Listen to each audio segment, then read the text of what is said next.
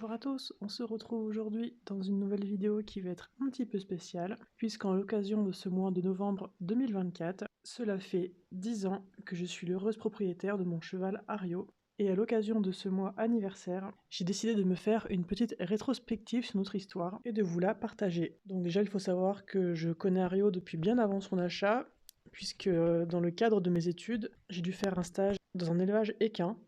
Et je me suis donc retrouvée en 2011 dans l'élevage de Hario et je l'ai rencontré, donc il venait d'avoir 1 an, il était tout juste sevré. Donc je vous mets ici quelques photos de l'époque.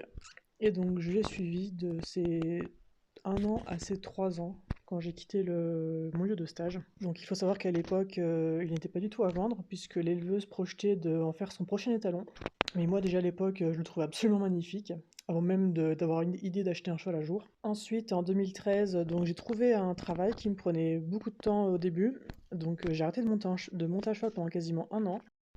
Début 2014, j'ai ensuite signé mon CDI et vu que j'avais un emploi stable et un salaire stable, ça a commencé à me trotter dans la tête de devenir propriétaire. Et donc c'est à ce moment-là, malheureusement, l'éleveuse de Hario a eu des soucis personnels, ce qui fait qu'elle a dû arrêter l'élevage, donc elle a commencé à vendre tous ses chevaux les uns après les autres. Et ce qui est la petite anecdote, c'est que durant l'été 2014, je suis allée dans son élevage parce qu'on était restés en bons termes pour aller faire des vidéos de présentation pour ses chevaux en fait. Et j'avais à l'époque filmé Ario pour faire une vidéo à mettre sur internet pour le montrer, sans savoir à l'époque que quelques mois plus tard il serait à moi. Donc tout naturellement, quand j'ai eu envie de m'acheter mon propre cheval, j'ai toujours rêvé d'avoir un Puras espagnol parce que avant de faire de l'équitation classique, on va dire, j'étais beaucoup orienté spectacle. Donc naturellement, le Puras espagnol était un choix logique. Et donc je me suis tout naturellement tourné dans cet élevage vu que j'y avais travaillé. Donc à l'époque, j'avais le choix entre deux chevaux parce que je souhaitais avoir un cheval qui était déjà montable, enfin qui était en âge d'être monté, donc qui avait au moins 3 ans. Donc elle en avait deux qui pouvaient correspondre, donc Ario et son demi-frère.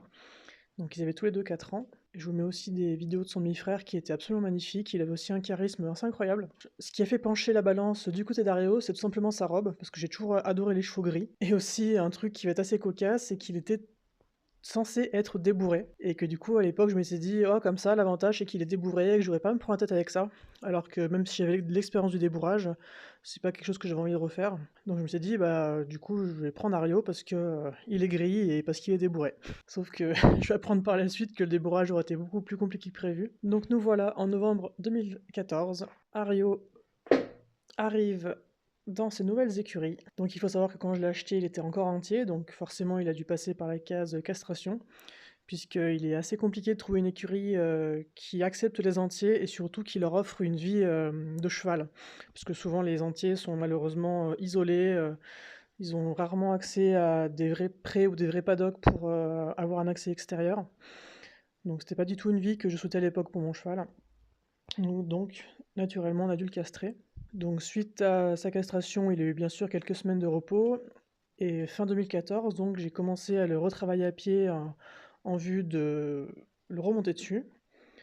Donc j'ai vu qu'à pied, que ça se voyait qu'il avait été travaillé, il connaissait la longe, il connaissait tout le harnachement, il avait les codes à ce niveau-là. Donc vu que ça se passait bien, au bout de 200-300, je me suis dit bah je vais monter dessus, ça a l'air tout a l'air bien se passer. Alors petit disclaimer, je sais je n'ai pas de bombe, c'est pas bien, mais à l'époque, comme je l'ai dit plus tôt dans la vidéo, je faisais surtout du spectacle. Et donc, par définition, je montais des choses de spectacle. Et il faut savoir, enfin, vous avez déjà vu beaucoup de spectacles où les cavaliers portent des bombes. Donc, j'avais l'habitude de monter tous les chevaux sans bombe. Mes chevaux, à l'époque que je montais, alors que j'étais mineur, je n'avais jamais de bombe. Je sautais même sans bombe. Et en quasiment 10 ans, je n'ai jamais fait de chute. Donc, c'est pour ça qu'à l'époque, je montais sur mon cheval à peine pas vraiment débourré sans bombe. Et vu que j'avais débourré ses propres frères et sœurs avec lesquels c'était vraiment très bien passé, les chevaux avaient vraiment été très mignons. Donc je m'attendais qu'avec Ario ça se passe aussi relativement bien. Et bon, du coup j'ai vite déchanté quand j'ai vu qu'il avait des réactions violentes au bout de 2-3 chutes. Je me suis dit bon bah je dois m'acheter une bombe. Ce qui fait que j'ai dû m'acheter une bombe pour mon cheval parce que je n'avais même pas de bombe avant. Et donc je suis monté dessus, en effet, il a pas bougé, donc j'avais une personne avec moi qui me tenait. Donc je voyais qu'il répondait à marche avant, arrêt, gauche-droite. Je me suis dit, bon, bah c'est bon, tout va bien. Et d'un coup, en fait, sans raison apparente, il a vrillé, il est parti en coup de cul. Et je crois que sur ce premier incident, il a traversé le pare-bottes du manège, c'est dans un manège. Et en fait, il a commencé à sauter par-dessus le pare-bottes, sauf que le cul est pas passé, donc on s'est retrouvé à cheval sur le pare-bottes a cassé. Et ça a été officiellement ma première chute de mon cheval. Et ça aurait été un chemin long et tumultueux. Donc quelques jours après, on recommence. Donc la deuxième séance de mémoire, il me semble qu'elle s'est assez bien passée, il n'y avait pas trop eu de soucis. Et sauf que la troisième séance, pareil, il vrille, sans raison apparente. Et en fait, ça va durer plusieurs mois où je vais galérer, où je vais me dire, eh ben, on va refaire un débourrage.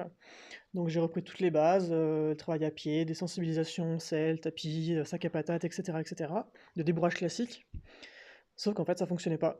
Et en fait, il pouvait avoir des signes vraiment d'un cheval qui a même limite déjà été travaillé, parce qu'il avait vraiment tous les codes, il savait marcher, enfin aller aux 3 allures, il avait la direction, il avait les freins. Et d'un coup, il vrillait, il se mettait à avoir peur du cavalier jusqu'à devenir dangereux pour lui-même, à se jeter dans les murs. Donc moi, au bout d'une dizaine de chutes, vraiment, Ario, c'est le cheval qui m'a le plus fait tomber dans ma carrière, enfin dans ma vie de cavalière plutôt. Et donc début 2015, je me suis dit, là c'est plus possible, faut que je me fasse aider. Donc au début, j'avais dans l'idée de le confier à un professionnel, pour le mettre en pension travail, pour que vraiment... Parce qu'à l'époque, moi, j'avais pas trop le temps avec mon boulot pour m'en occuper régulièrement. En fait, j'y allais que 2 fois par semaine. Donc je me suis dit, donc mes jours de repos. Donc je me suis dit, je vais le confier à quelqu'un qui pourra s'en occuper tous les jours. Donc j'ai trouvé un professionnel chez qui il devait aller en pension travail 1 ou 2 mois après. Sauf qu'en fait, le professionnel m'a planté.